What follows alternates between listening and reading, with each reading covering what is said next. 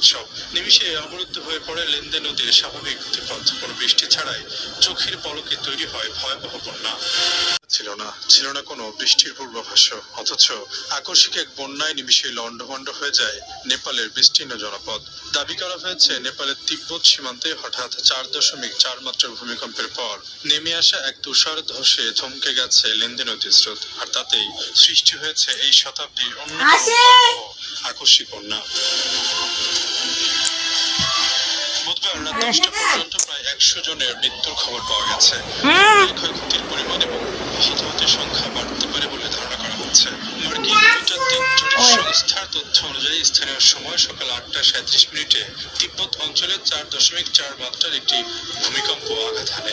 এরপরই তিব্বত সীমান্তের পাহাড়ি বুক চিরে নেমে আসে মৃত্যুর এই মহা উৎসব। নিমিষে অবরুদ্ধ হয়ে পড়ে লেন্দে নদীর স্বাভাবিক গতিপথ। কোনো বৃষ্টি ছাড়াই চোখের পলকে তৈরি হয় ভয়াবহ বন্যা।